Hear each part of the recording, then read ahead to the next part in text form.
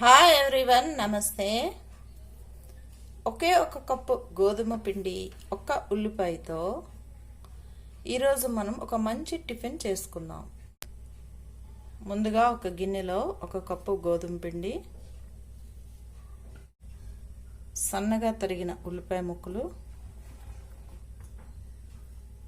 సన్నగా తరిగిన పచ్చిమిర్చి 3, కొద్దిగా జీలకర్ర. ఇప్పుడు ఇవన్నీ కూడా బాగా చేత్తో కలుపుకోవాలి. పచ్చిమిరపకాయలు ఉండే కారం, ఉల్లిపాయ ముక్కలు అవన్నీ కూడా బాగా పట్టి చట్నీ లేకుండా కూడా ఈ టిఫిన్ ఇలాగే తినేయచ్చు అన్నమాట. ఇప్పుడు దీనిలో సరిపడా ఉప్పు వేసుకొని తగిన నీళ్ళు పోసుకొని కలుపుతాం.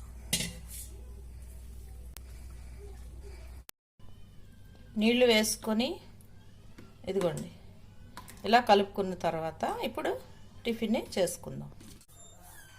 పెనం పెట్టుకొని హీట్ అయిన తర్వాత